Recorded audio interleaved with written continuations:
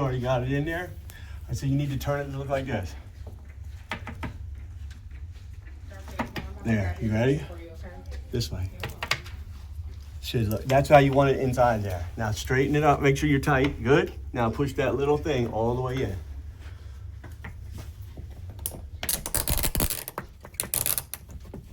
Hey.